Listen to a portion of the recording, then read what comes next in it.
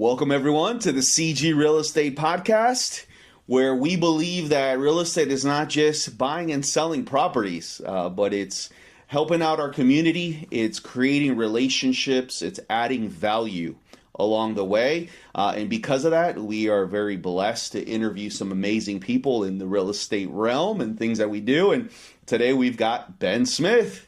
Welcome, buddy. Hello. Thanks, Carlos. So Ben is Magnolia Property Solutions, but not only being an investor, Ben's also a general contractor. He hosts a meetup, which I'm honored to be a sponsor of, which I'm truly enjoying and love seeing the growth in that. You were also in the Army for 26 years? 21. 21 years, man. So thank you so much for your service, and just excited for the audience to get to know you a little bit, man. Yeah. Get to see who you are and hopefully learn something about your mission and what you've done. Absolutely. Appreciate the invite. Man. So let's get started, Ben. So one thing that I wanted to know, and I know we've talked a little bit about this, but what inspired you to transition out of the military into real estate? Yeah, I kind of backed into real estate a long time ago.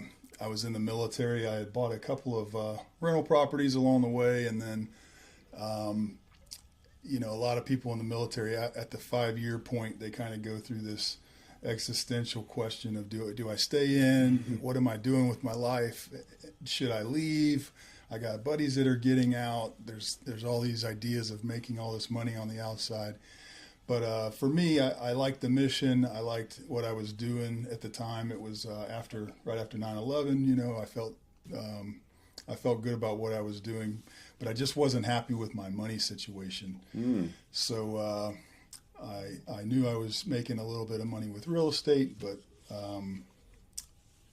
didn't know if I wanted to go full time into that. So ultimately, after a lot of soul searching for 6 months or a year, I decided to just do both. So I continued my military career, and then nights, weekends, blank spots on the calendar, I was hustling for houses, trying to buy as many rental properties as I could buy. I was buying one a year for the first few years, and then that accelerated to about one a month for a while. I was buying about 12 houses a year. Nice. And that expanded to flipping houses to generate more money to buy more rentals. And then that led to me getting my GC license when I retired so that I could pull my own permits and do my own development projects. So now I just kind of do all of it. There's rentals, there's flips, there's third-party GC work. There's the mastermind group that ties together the social part of it, bring in new folks. And then, of course, the SkillBridge piece, which is a way to give back and help folks who are in the military who want to do real estate when they get out. I'm a DOD approved sponsor for those folks so that they can get their feet wet with real estate here in Tampa. And that's an incredible program. I kind of wanted you to elaborate a little bit about that. What are you looking for as far as somebody that could? What are the qualifications for that SkillBridge program? Yeah, it's kind of morphed over the last 2 years. I was starting to get, there's not a lot of real estate stuff available for people. Okay. So I was getting people from Alaska and all these places that wanted me to sponsor them for SkillBridge, and I had to actually pare it down, and I had to come up with some criteria that said, hey, you need to live in Tampa during your SkillBridge so that we can actually network and do things together. You need to stay in Tampa when you get out so that we can both capitalize on the relationship that we build and build long-term network of veterans and real estate folks. Yeah. So we have opportunities for people who want to be realtors, people who want to do real estate marketing, people who want to do construction, get their GC license, handyman, property owners, property managers, anything in the real estate realm. If people are exiting the military, going to be in Tampa during their SkillBridge and want to stay in Tampa, I'm happy to sponsor them, give them the time that they need to achieve their goals, help them set up their LLC, whatever the case may be. And on the back end, maybe we develop a long-term relationship, and they can work with Magnolia in the future, and that's kind of the vision. So we've done about 25 people so far in the last 2 years. That's incredible. I've been able to meet a lot of them firsthand, Yeah. just because of the event that you have, right? And I know a lot of these folks like to come out and they get to experience that and see the different aspects of real estate, because you constantly have different guests coming on. Yeah, and it's important for people to feel like they have a foothold in the community before they just, it's a little daunting. And the longer you're in the military, I think the harder it is to leave. So it's kind of hard to make that transition. You have all these skills that the military gives you, and a lot of them are transferable, but it's a different language, it's a different culture when you step out. And honestly, being able to introduce them to guys like you and Edwin and all the different sponsors, Bashoy, the different sponsors that we have who are real estate professionals, I think it makes it less scary for people that are getting out. So. Yeah, no, I agree. I think as you're helping them through that transition, and I think anytime, for the folks that are not military that, are going through transitions between their current employers or coming out of school or whatever it may be, those transitions can be very daunting if you don't have somebody there to help guide you. Yeah. Or somebody that's gone through it. So I can only see how much value that can bring to somebody that might be like, well, what's next? Right.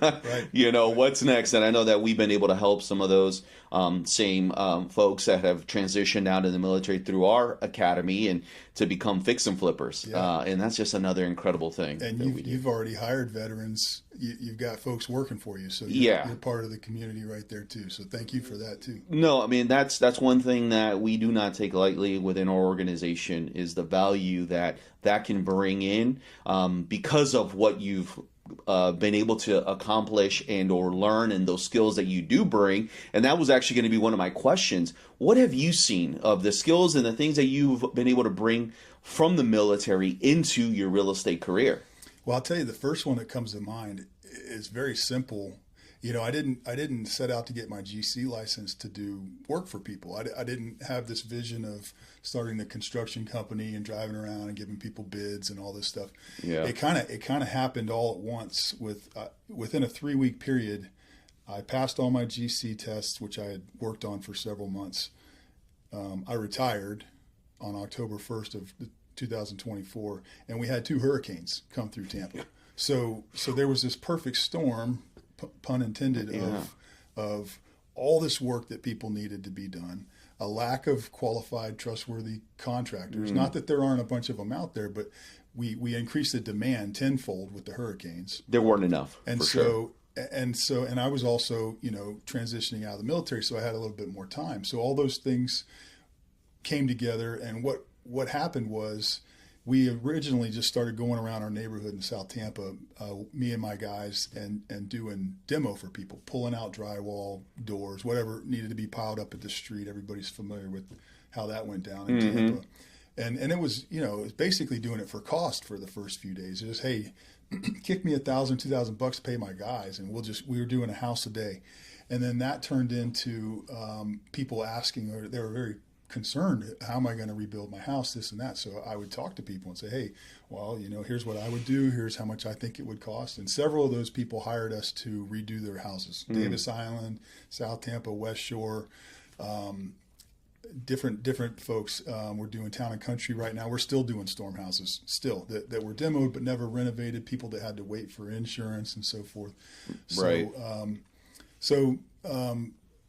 I forget your original question, but that's kind of how... Yeah, no, just regarding like some of the skills and the things and the disciplines that you bring from the military into your real estate career. That's where I was going with that. So a lot of the third-party GC clients that have hired me or my company to do work, one of the biggest comments is that, so many guys will come out, promise to do a job, quote a job, but they won't show up. They get busy, they weeks go by, the customer doesn't hear from them. So just showing up, like in the military, you got to show up. You can't. It's amazing how that works. It's actually called AWOL, absent without leave, and it's a punishable UCMJ offense if you don't show up to work. So, you do that for 21 years. You show up for work, step one, right?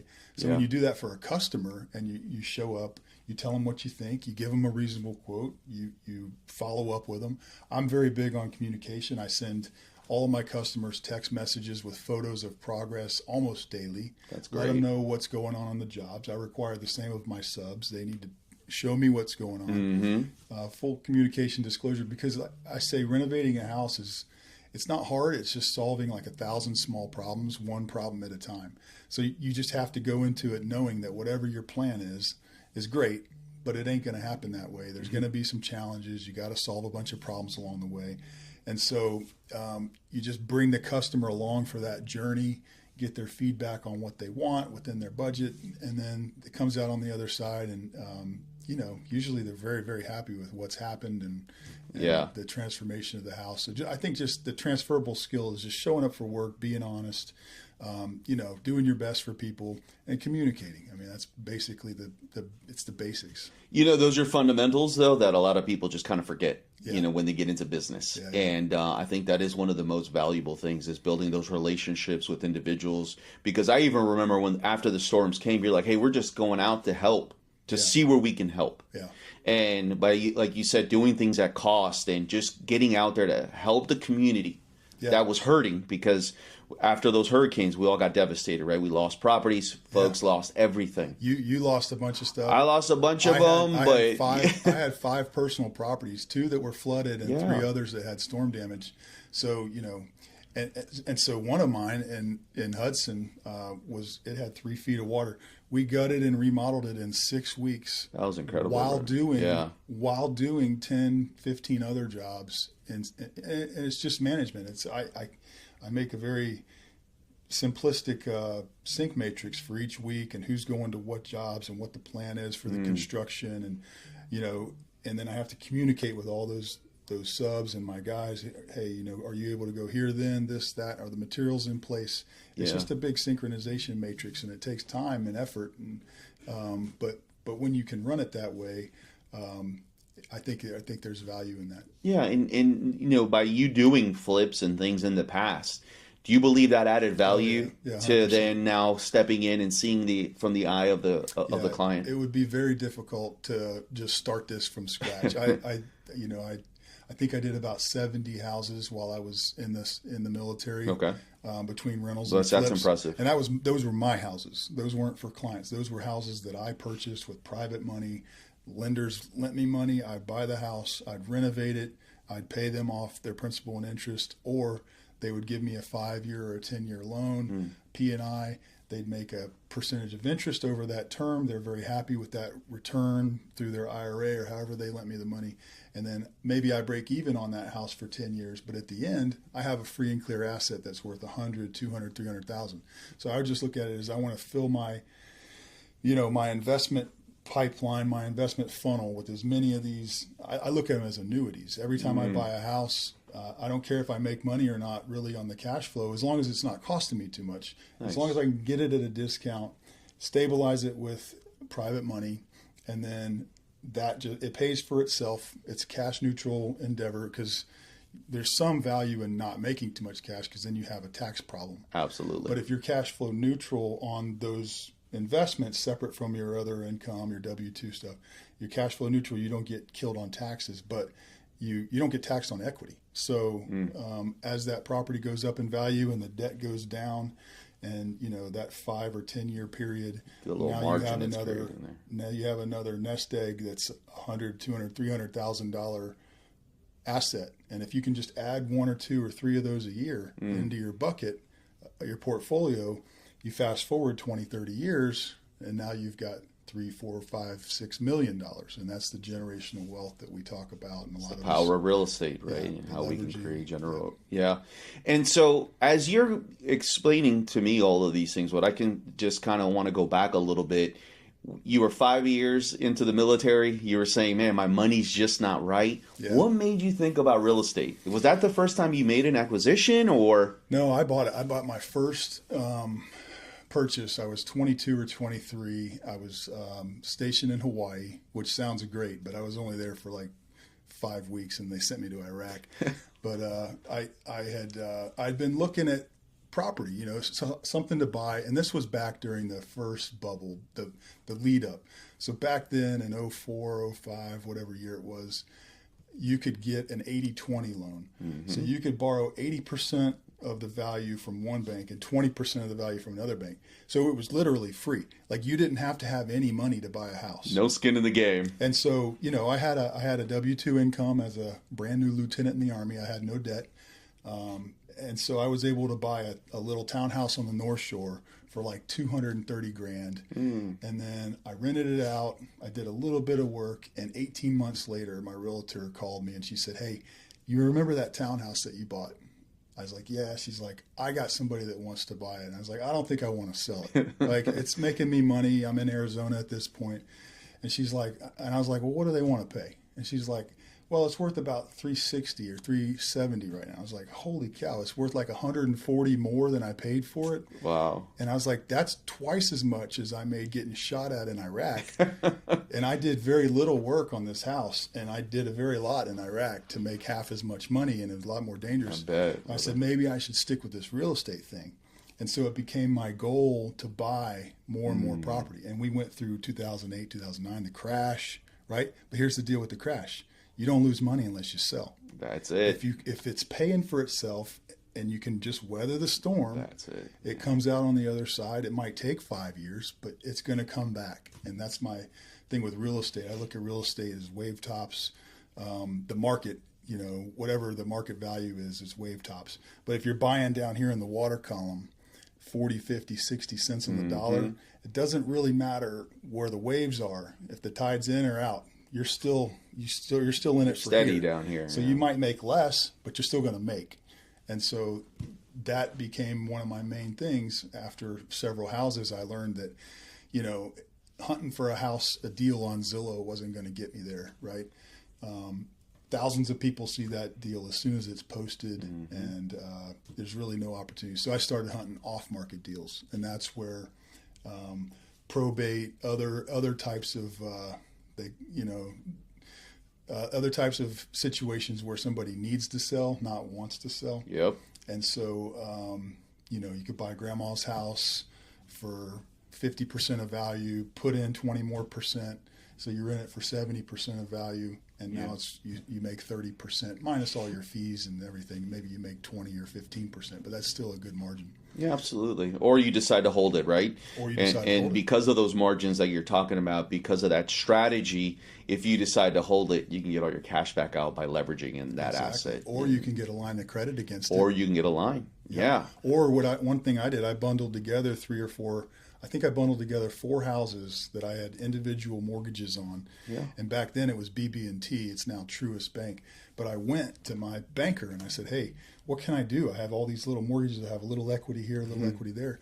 And so we came up with a commercial mortgage that took into account all 4 houses, paid off all 4 of those, and it left me with an $80,000 or $90,000 line of credit, which when I was like 26, 27. There's more money to go buy some more property. Exactly. So now I had down payment money to go buy my next flip or my next rental, and then I could just improve it and refinance that and pay back the line of credit.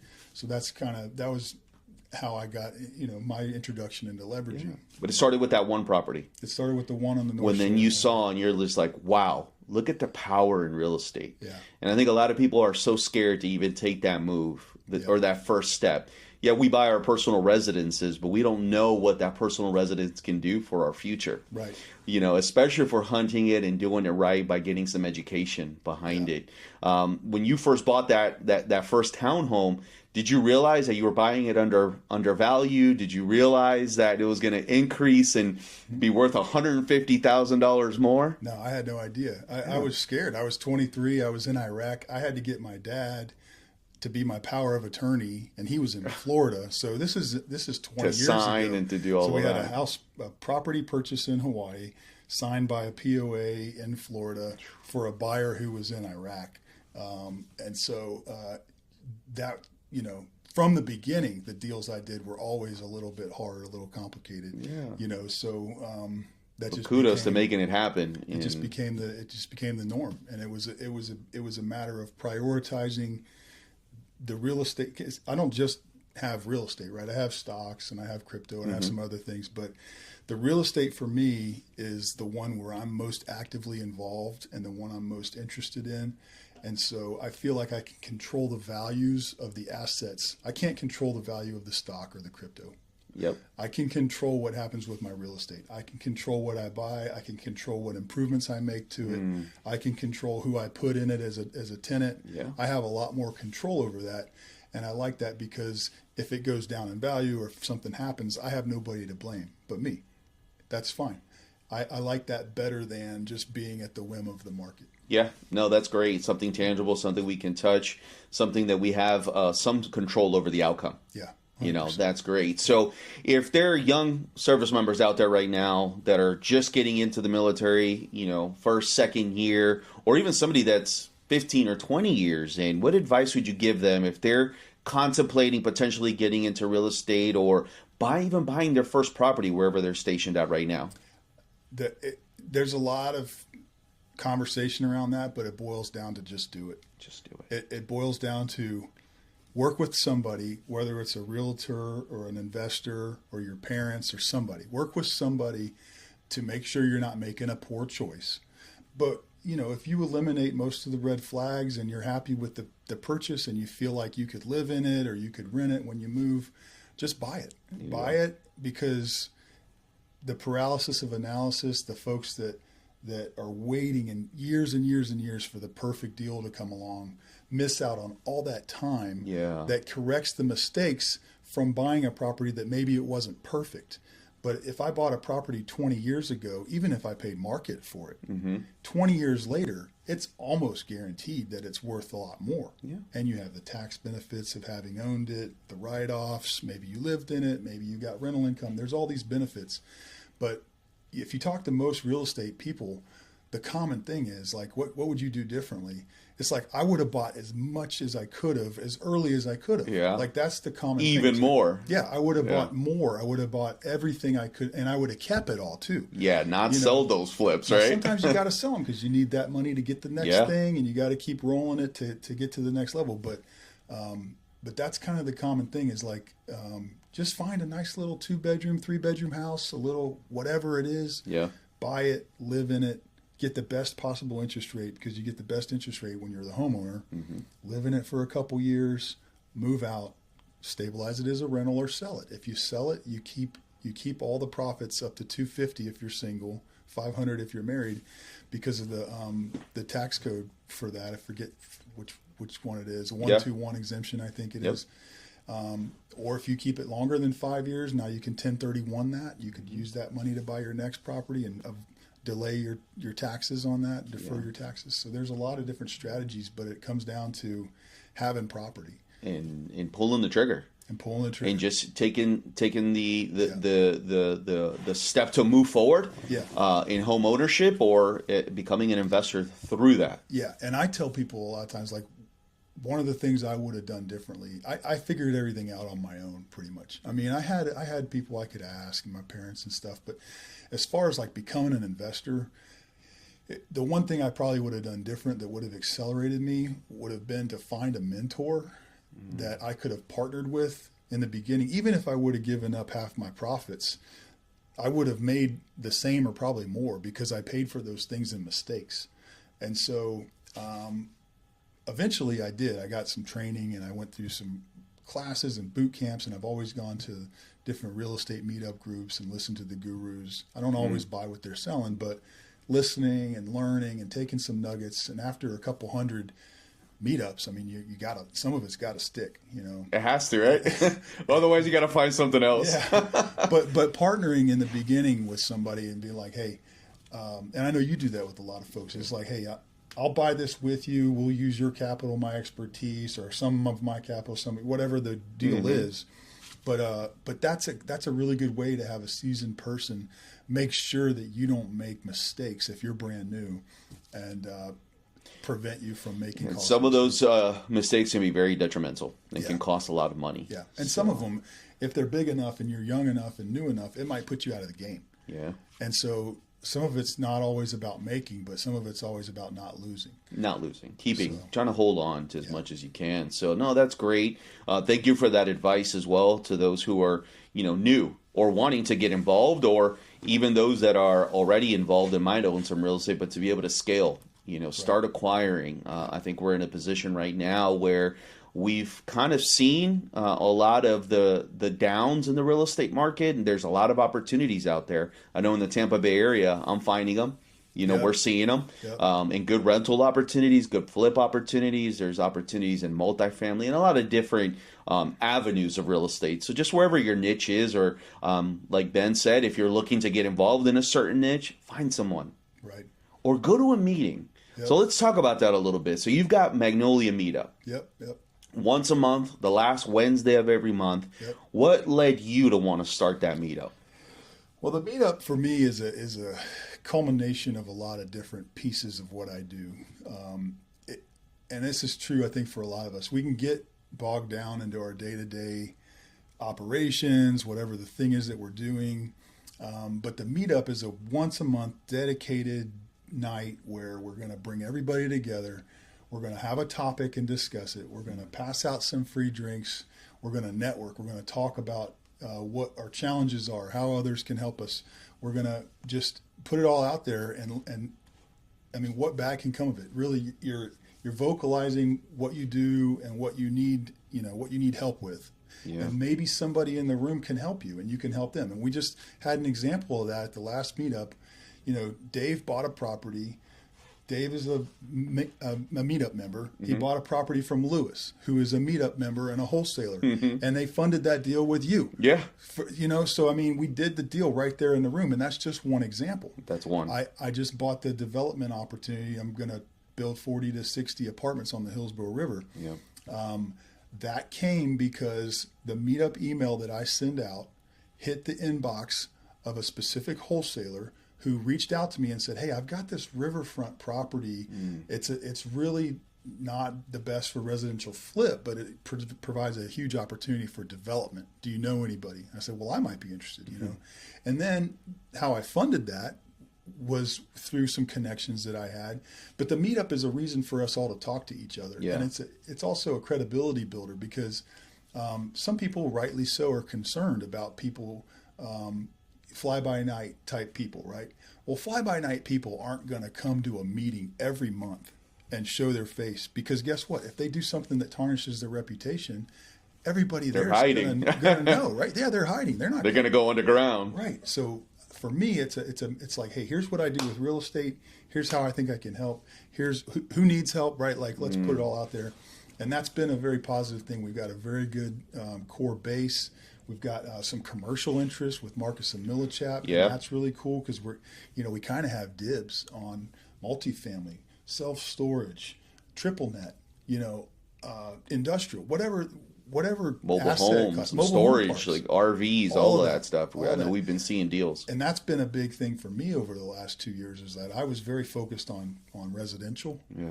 And I wanted to expand to commercial as well. So my partnership with Marcus and Millichap, not only on the meetup, but as I become a commercial broker with them, it's just another way to bolt on more pieces of real estate so that I can continue to do deals and continue to create communities that can do deals together. I'd say that there's so much power in community and so much power in these meetups and what you can get out of it, but as long as you're adding value. And that's what I got from first going to your event by somebody that knew you, that was in the military as well, Alex, who said, "Hey, you got to come check this out." Yeah. And I was one that, every now and then I would go to an event and really not, again, like you said, just really dialed into the business, head down and just plowing forward. But I knew, hey, I got to start getting out there a little bit more again, like I used to, because I saw the value in that when I first started in real estate. Yeah. My private money lenders, my wholesalers, the agents that were working for our broker, all of those came from the events that we were doing. Yeah. The meetups that we had once or twice a month. So really saw the value in that. And when I was able to come to the Magnolia for the first time, got to meet you and then come again and really see the community that you were building, not only within the military, and a lot of the folks that are going through the skill bridge and that are prior military or, even in currently serving that were interested in real estate. But the fact that you're bringing investors, other people within the sphere of real estate, but then you were also doing something a little bit different. And I'll tell you, this is what I truly enjoyed and what I really liked out of it is you give everybody an opportunity to speak. Yeah. So many times I go to these events and there's a table over there, over here. Everybody's just, there's no direction. Yeah. Everybody's kind of just floating around. And I know that I'm a personable person. I like to talk to people. So for me, it's not a challenge. I'll go around, I'll make introductions and just, put myself out there. But I know a lot of people are not. Yeah. And sometimes those are the folks that struggle with networking. Yeah. And what I truly enjoy about Magnolia is that, hey, before we get started here, I'm going to give everybody an opportunity to tell me what you're about, why you're here, and do an introduction. Yep. And that's one of the things that huge. we do.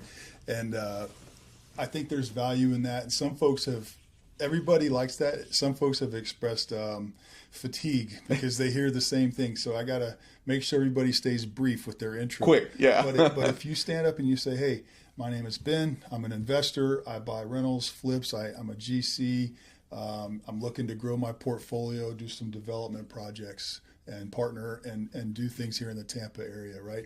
That gives everybody in the room a snapshot, right? Mm-hmm. So that when you meet up later at the bar or when you're talking in the hallway or whatever, you're like, man, I need to talk to that guy, right? Or that realtor or that lender or that property appraiser or whoever's in the room. And I'm a firm believer, like literally we have every skill set in the room to do anything we want. Yeah. It's just a matter of connecting the dots and organizing it and leading it because all the pieces are there. It's just a puzzle. It's like renovating a house. You go get all the pieces and you put them together and you make it a beautiful house. It's the same thing with people at the networking event. Yeah, I'm excited to see the growth. I like how now it's becoming more of a community within a community where folks can sign up, get involved with not only going to the meetups, but also the inner circle that gives access to individuals that come out and meet with us as sponsors, guys that have been doing this for a while, learn more besides just that one night of the month.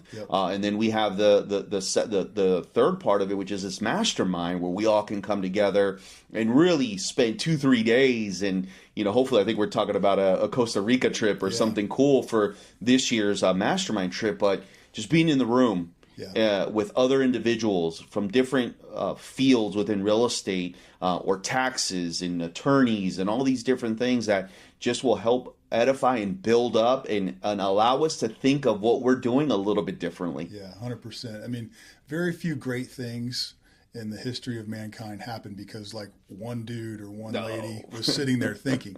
It was because people were talking and they're like, hey, we should build these pyramids, right? Here's how we should do it. Or we should build this skyscraper. Let's have some meeting. Let's figure it out. Like, let's figure out a big, hard problem together and make money doing it, right? It happens through teamwork and through networking, not by individuals just doing their one thing by themselves. Like real estate is a team sport, Absolutely. Real estate is a team sport. There's more houses and more real estate out there than any of us could ever buy individually. So let's team up and buy more of it. Let's work together. There's so much power in collaboration. Yeah. So as we're wrapping up and gearing towards the end here, Ben, I really want to thank you for this plethora of knowledge that you've shared with our audience, and hopefully the audience got a lot out of it. One last thing, and I like to end the episodes with this, because I believe, we do all these amazing things, and, we work really, really hard, and I know you're just like me. We'll put the time in, if it's, 15, 18, 20-hour days, we do whatever it takes, but why do we do that? Ben, what's your why? Well, the why for me, obviously, it's kind of cliche, but it goes back to family. It goes back to generational wealth. It goes back to wanting to provide a better future for my children. And I had a great childhood. I'm not saying that I didn't. Very normal upbringing, everything, but to be able to start on first or second base, if you're a young person, especially in the future that we face for our kids and the inflationary cost of everything, how much, the best I can do in this life is to leave something for my family to be able to build upon, right? And one of the sayings in the military is that I don't remember the exact words, but if I've stood tall, it's because I stood on the shoulders of giants. It's because you build on the legacy that others have built. And so that's kind of the why. Also, there's just benefit in being a productive person.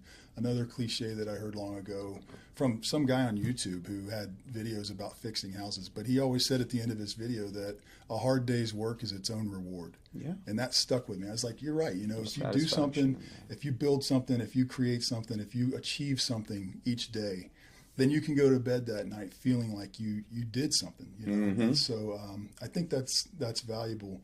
And so those are some of the things, principles that I try to live by. And you're right. I mean, there's some late night. I was up till 1 o'clock this morning putting together a spreadsheet for my CPA about a property. You know, it doesn't stop. You know, No. and that's just entrepreneurship. Yeah. We happen to be in the real estate flavor, but just entrepreneurship, the hustle. You know, there's just I think you know, some people don't want that. They want the 9 to 5. They want to clock out, and that's fine. There's nothing wrong with There's that. nothing wrong with that at all. Yeah. But some people want to try to accelerate and try to you know, see how much they can achieve and do, and so that's just I think part of my makeup and who I am. And but yeah, I just want to throw it out there too. Anybody's interested in the company, www.mpsolutionsllc.com. And anybody that's interested in the mastermind, which again, super value your participation. We'll have all these links in the bio below. Yeah. But yeah, go ahead and share it as well. www.magnoliamastermind.com. Awesome. And through those channels, if anybody wants to get a hold of you to talk real estate or construction or any of those things, maybe SkillBridge as well, they can reach you through the websites. There's links on all that stuff to get to us. Google Magnolia Property Solutions, Tampa, any of those sorts of will get you to our office. And through our website as well, www.cgrealestate.com. Through there's a box where you can submit any requests. If you need me to put you in contact with Ben, I can do that as well. But brother, I think that you're a pillar of our community. I'm excited to come alongside of you and be a sponsor for your event. Hopefully we can do some more deals together here in the near future, continue the vision of wanting to syndicate deals to the community. I think that's massive. Yep. But not only that, just to see that these things that you're talking about, the value that you're creating, and the example that you're setting for those around you, but more importantly, I think for your family. Yeah. You know, I think that, yes, we're building legacies, we're acquiring real estate, we're giving them a head start, but more importantly, we're leading by example. Yeah. And our children and those around us see it. I know I see it in you. So thank you so much, man. Very blessed to have you on the podcast today. Anything else that you want to leave the audience with before we head out? Just, again, thank you for your positivity, what you bring to the community, your sponsorship, your partnership, and your friendship, man. I think it's these types of relationships that really can catapult and excel all of us to the next level. So thank you for what you're doing too. Well, thank you, Ben. Thank you, everyone, and we'll catch you next time on the next episode. Take care. See ya.